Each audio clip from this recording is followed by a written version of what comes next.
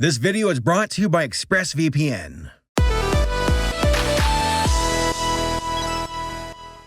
Back in January of 2020, before The Thing, I was on a bit of an adult animation binge. The Simpsons, King of the Hill, BoJack Horseman. But during my mature-themed crusade, I stumbled across an old show that I had forgotten about. Something that just reeks of early 2000s edgy humor. Tripping the Rift. Now, I can only imagine there are quite a few viewers right now going, "Oh yeah, that show. You know, the one you closed the door for when you watched it. For reasons." And to the folks who don't know about the show, well, strap in.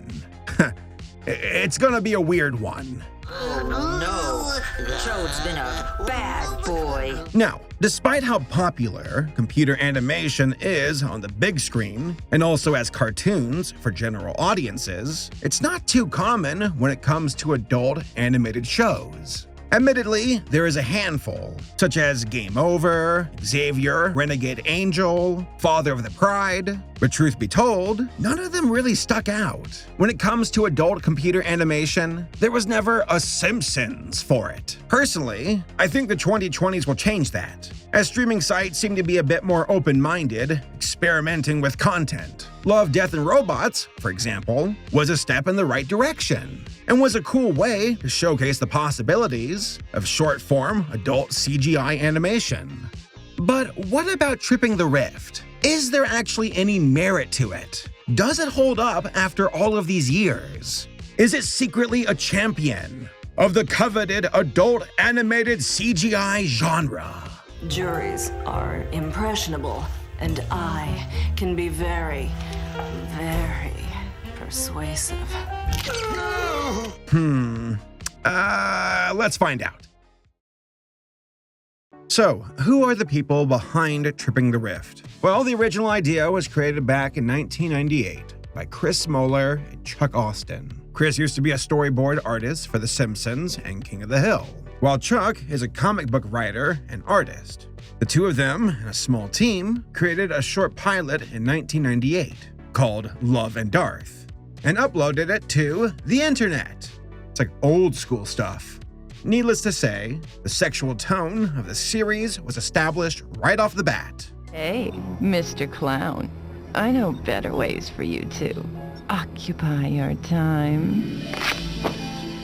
In 2002, the show was picked up by Cinegroup and would be mainly produced in Montreal, Canada. It was also produced in association by the television channel Sci-Fi. Yeah, remember that channel? And if you don't, you're young, get off my yard. Oh, it's laughing now! The show ran for 3 seasons with a total of 39 episodes, plus a movie on top of that. Though it's super hard to find high-def versions of the episodes. Maybe they don't exist. And we're just stuck with this low-quality hot mess. Oh well. I suppose that quality matches up with the tone of the show. Look at this funny float I found. If you blow on that little purple thing sticking up, I'll float even better.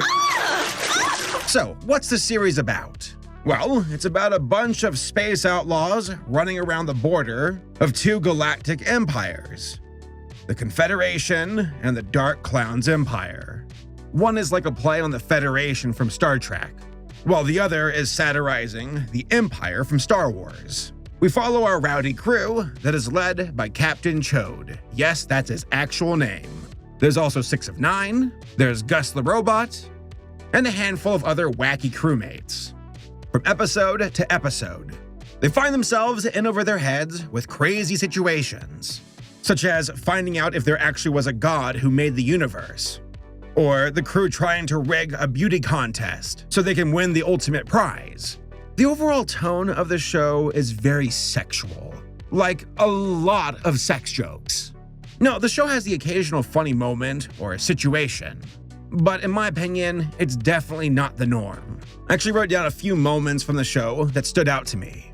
There was an episode that followed the same premise as a Next Generation episode, where you get the death sentence, for breaking any law. Another thing I noticed were the Pamela Anderson and Paris Hilton jokes. Name, please. Spamela Anderslut? Very 2000-y. Emmanuel Lewis was randomly in an episode, and I don't know why. And of course, you all know it's coming. There it is. My friends call me Kitty, but you're not my friends.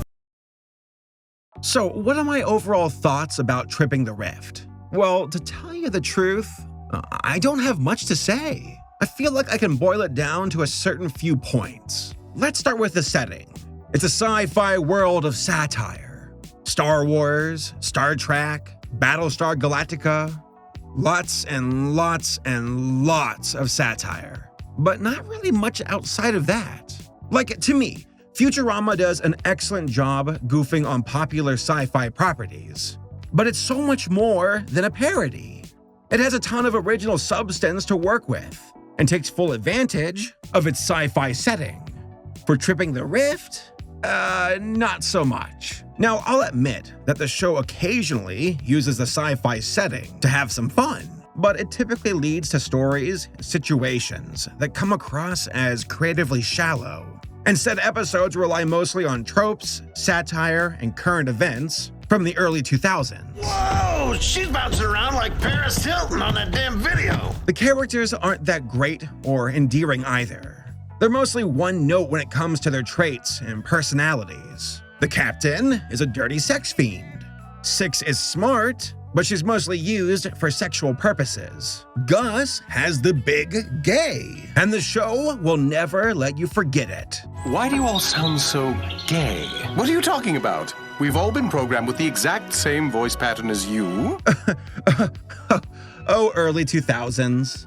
You were really something else. The only character who I consistently liked was Darth Bobo.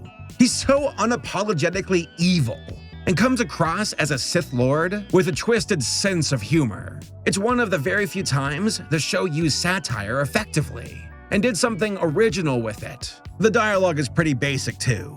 It's edgy, it's blunt, it heavily relies on profanity. Now, there's nothing wrong with dirty jokes and dialogue, but to me, it requires a certain level of wittiness.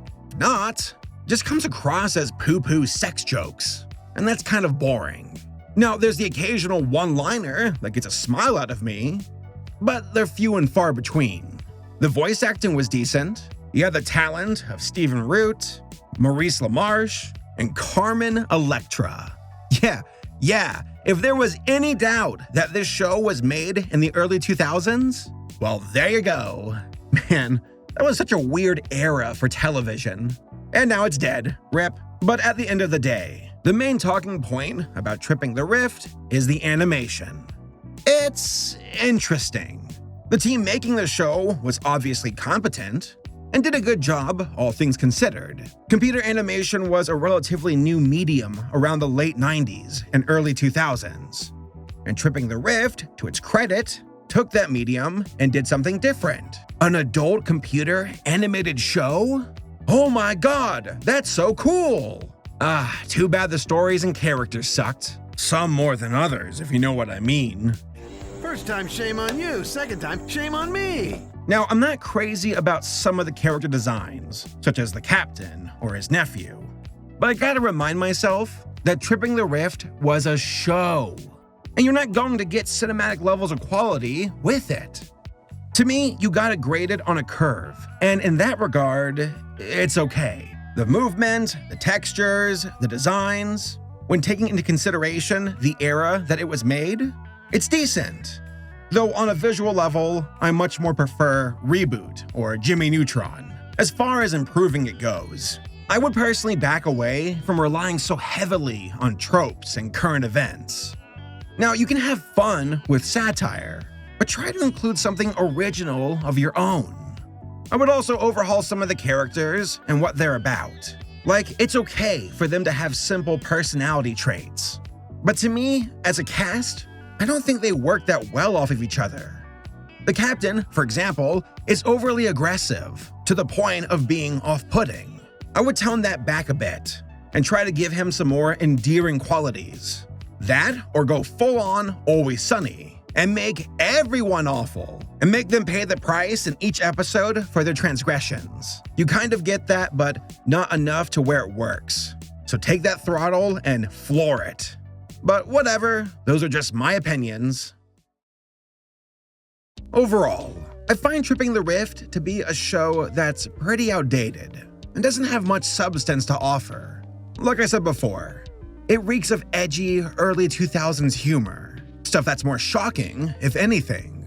Combine that with tropey stories and characters, and all you're left with is an unappealing cartoon that's not terribly clever. Everything about it seems pretty shallow, except for the visuals.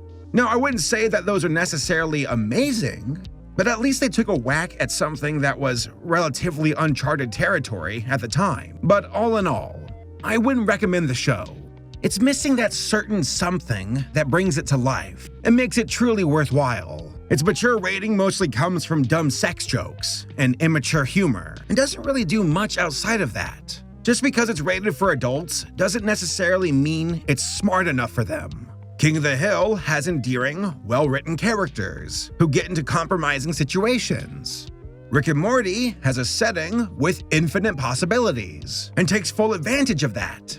Primal, one of the best adult animated series ever, uses violence to drive home the point of how absolutely unforgiving and challenging its prehistoric world is, and does so with no dialogue, and instead relies on impeccable visual storytelling.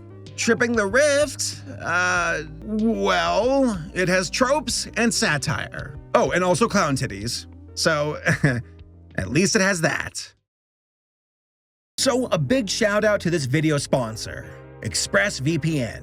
For the longest time, I went without a VPN, thinking it wasn't necessary, but I was absolutely wrong. I mean it when I say that every person should have a VPN service, and ExpressVPN is the way to go. It's an awesome tool that gives you private and more secure access to the internet. In this day and age, online security and privacy is a must, and this is a great way to protect yourself. You also get access to server locations in over 90 countries, and have full access to a variety of shows and movies that are region-locked. As of late, I've been watching Studio Ghibli films on UK Netflix, and I've been making my way through their catalog of films, so if you're a fan of that top-tier stuff, ExpressVPN is your solution. Plus, ExpressVPN is the #1 VPN service rated by TechRadar. It's super intuitive to use and works on multiple devices: Windows, Android, iOS, Mac, and many others. For less than $7 a month, you can get the service. Trust me, that's absolutely worth the cost for having this amount of protection and freedom. So, go to expressvpn.com/Saberspark to take back your internet privacy today and find out how you can get 3 months for free.